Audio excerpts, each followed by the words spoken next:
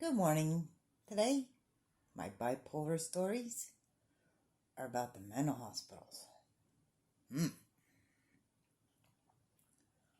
Well, the first time I was in one, I didn't feel I belonged there. I walked out in the hall and I said, I don't belong here. And the lady goes to me, she goes, the one nurse, she was really cocky. And she said, well, this is your first time here, isn't it? And I said, yeah. She says, well, you're in for a rude awakening. I'm like, excuse me? Oh, yeah, the mental hospitals, it's a joke. They medicate you. I can see why. Because they don't want to deal with the nonsense behavior either. But that's what they're there for. Anyway, you go in there, and like I told you before, when I'm manic, it's all adrenaline. So, I go in there, and the next thing I know, I wake up the next morning, and I'm totally medicated. No voice. And if you do say something, nobody believes you anyway. Last time I was in there, the nurse was fighting with this guy. I thought, oh my gosh. There was nobody helping her. I got nervous. I called 911. They didn't believe me, though. They called the hospital and asked to see if there was a problem. And I guess they said no. And the next time I went to go use the phone, the nurse told me, now, please don't call 911. But really, there's fighting going on in there. They shouldn't have men and women in there together. Who knows what's going on in there while you're all medicated? Especially with men and women being in there. You're in there for 10 days. Well, I'm always in there for 10 days because that's all my insurance covers. 10 days, whether you're good or not, you're out. I wonder what it's like when you're in that county insurance. Probably throw you out in 3. Anyway, let me see. What other story could I tell you? Oh, the one time I went in there, and they always put me in with the kids. I don't know why. Not the kids, but the teenagers. I was an adult, but I was always in with the teenagers. Until the last time.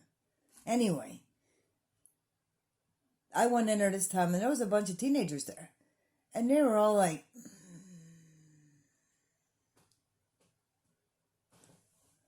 because that's what it's like in a mental institution. Or a mental hospital. I hate to call it an institution, because it's not an institution, it's a hospital.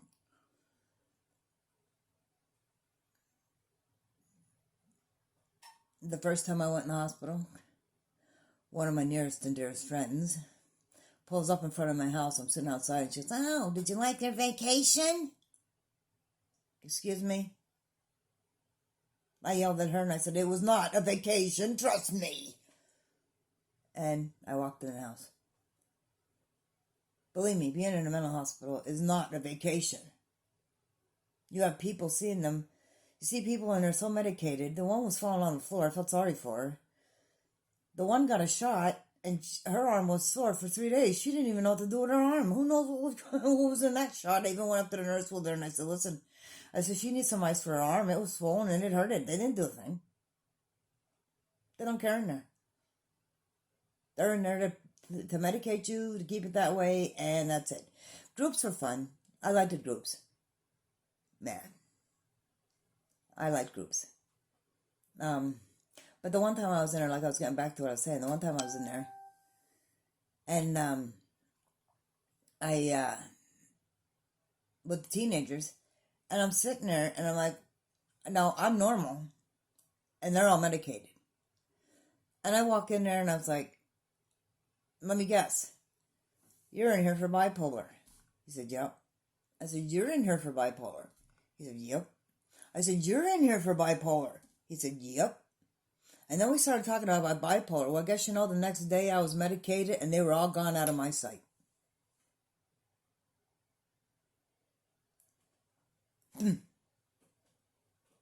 Anyway, nobody knows what it's like to be in there. Believe me, I felt sorry for my daughter. I would call her all the time, Mary, just please get me out of here. Please get me out of here. And she couldn't. Once you're in there, you're in there, especially if you're 302'd. A 302 is when you were involuntarily put there. Anyway, I'm not going to go there. The last time I went in, I signed myself in. I did a 203. A 203 is where you sign yourself in. And you should get out in 3 days? Oh, no. When you're in there, they have you sign a 403, which put you in there for the 10 days. They do not let you out. First couple times I was in there, they put me in a room all by myself. It was cold. Nobody to talk to. They isolated me. I don't know why.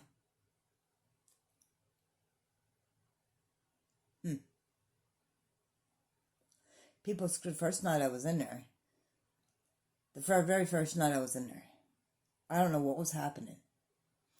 But this lady across the room was screaming all night long. I don't know what was the matter with her. I prayed for her, of course. But, that was my first memory. And then she was gone. I don't know what happened to her.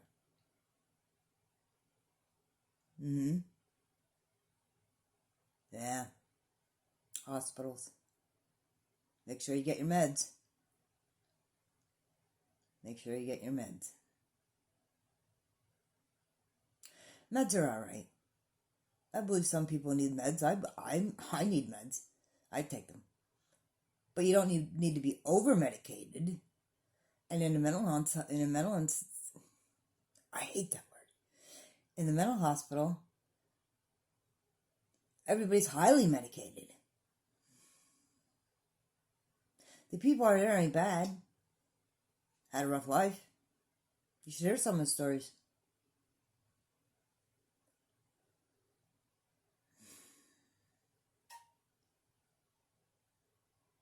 Yeah, but if you ask them for a Tylenol. Oh, here's a story. I shouldn't really share this one, but I'm going to. Because, listen, I'm putting it all out on the table. I have nothing to hide. I went in there, and I had hemorrhoids. They were really bad. And I went out and I told them, I said, listen, I need something. I have hemorrhoids. I don't know what to do. Well, we have to call your doctor to see if it's okay that you get that. Really? Really? Anyway, a day went by. Finally, this girl that I became friends with in the hospital, she kind of watched over me. She went up to the nurse's station with me and she said, listen. She said she asked yesterday for some hemorrhoid cream. And she didn't get it yet. And the doctor says, or the nurse says, well, we checked with a doctor and he didn't get back to us yet. And the girl goes, well, you better do something because this is ridiculous. Don't you know they got a hold of the doctor and you know what they gave me? A used tube of hemorrhoid cream. For real! This is how you get treated in there. And I know a lot of you know, and I bet you can tell stories. I'm not alone here. I hated being in there. I probably belonged in there, but I hated being in there. I was already full of adrenaline. Now put me in there and medicate me. What the? And I don't know about you, but every time I left the mental institution, I did it again. Sorry. The mental hospital, they had me so medicated I would be depressed for 6 months after. See, once you go from that high of being manic, and they medicate you and put you on that low, you stay on that low. You're not yourself. I hate medications, but I take them. And if you need them, take them too, because you won't have to go through near as much stuff as you have to if you just stay on them. I realize that. That's why I went in a couple, twice, because I'd be sitting here and because I don't go out. I explained that in my last video. But I'd be sitting here all medicated up, sitting here in a shell for 6 months. So you see everybody else living around you, and they're living. They're going to work, they have a job, they have a life. You sit here ever since you left the hospital. Oh, and the guilt. I live with the guilt. Because when I'm manic, I'm running on high adrenaline. I make choices I shouldn't make. And then after I realized what I did when I was manic, wow, the guilt.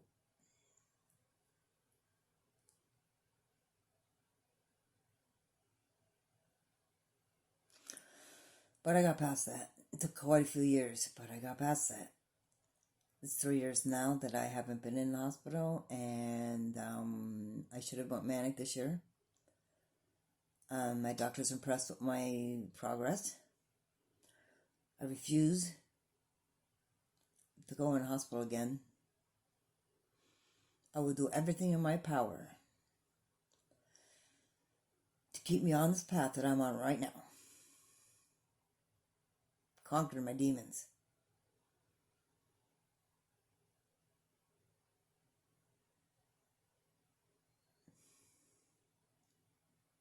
I'm just here to help you. I just want to know that you're not alone. Believe me, you're not alone. This bipolar thing, everybody's bipolar. You go in there, or you go in the hospital and everybody comes out bipolar. Trust me, I know, I told you the story. Everybody who was in there was diagnosed bipolar. And then I was separated. Oh yeah, I was always in the teenage ones. And then the last time I went in, I was in the adult wing. And the nurse goes to me, you were never in the adult wing? I was 50, let's see, I'm 56, 5, 4, 53? I was 53. And this is the first time I was ever in the adult wing.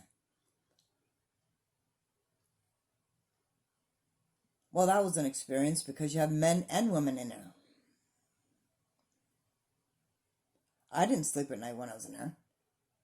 And when I did fall asleep, I woke up with black and blues on my legs, on my ankles.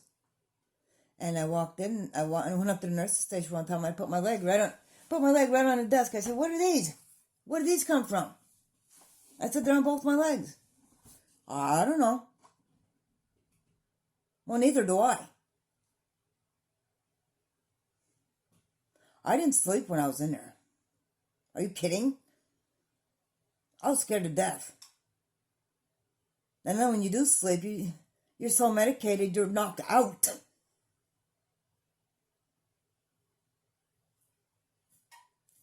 Yeah. It's scary. I'm the voice to tell you what it's like. I know I'm not alone. And not all the nurses are bad. They try to help, but most of them are like, they really don't care. Don't let them fool you. You go in there and you get a box of crayons. You don't even get a box, you get a bag with your name on it. You get to take that home with you.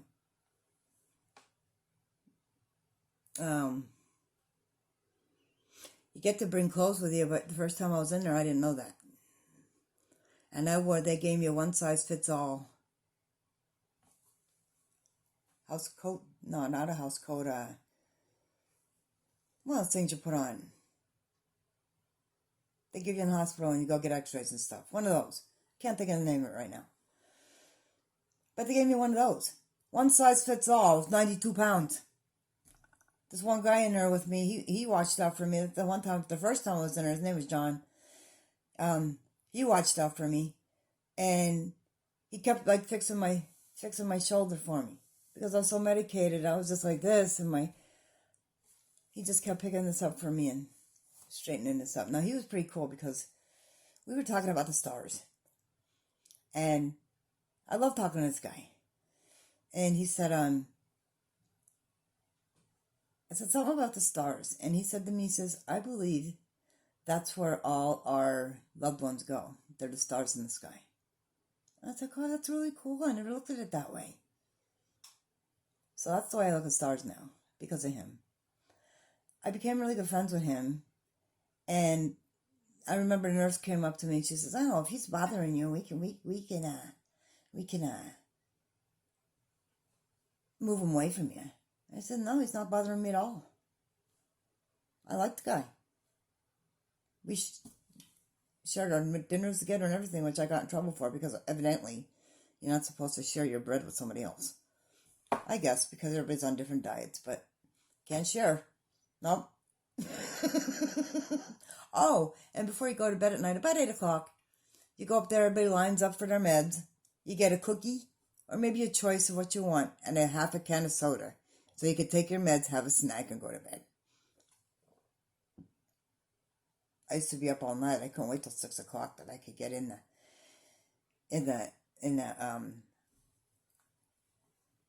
geez, I can't think this morning. In the game room or in the group room. I'd get up there at 6 o'clock in the morning and I'd be in there. First of all, I'll turn Joyce Meyer on because I love Joyce Meyer. Then, I'd sit there and I'd clean out the whole cabinet that had the games in it, had the puzzles in it, had the magazines in it, and this is what really got me. It had store circulars in it. Really? Where are we going? So you should have seen me. And I know I'm on camera. I don't give two craps. I'm like, magazine. Threw that out. It was all ripped up. I threw that out. Circulars. I'm like, well, who needs a circular? Nobody goes shopping in here. Threw that in the garbage. Well, I cleaned out the whole thing and organized it. They came in, and the first thing the nurse went over, and they showed them exactly what I did. It was all organized. The puzzles were with the puzzles. The crayons were with the crayons. The magazines were with the magazines. The magazines were gone. The circulars were out of there. Yes, I cleaned what I was in there. Twice I did that. Yeah, I'm a force to be reckoned with. That's why I'm sharing these videos. But anyway, if you have any comments of what you were into, what happened with you, let's put them down. I mean, we're all together here. I mean, geez, now we have a voice. And believe me, I have a lot of experiences with this. I was diagnosed in 2009. And I'm still diagnosed. So, bipolar 1 with psychosis. We'll talk about psychosis next time. Because every time I go into psychosis, I don't know who I am. And I'm trying to figure out who I am. And I turn against some people. Bad. But anyway, that's for another video. So, I love you. God bless you. If you're bipolar, you're not alone. I'm here. Maybe I can help. So, till my next video, God bless you. And all you bipolars out there, I love you. And so does God.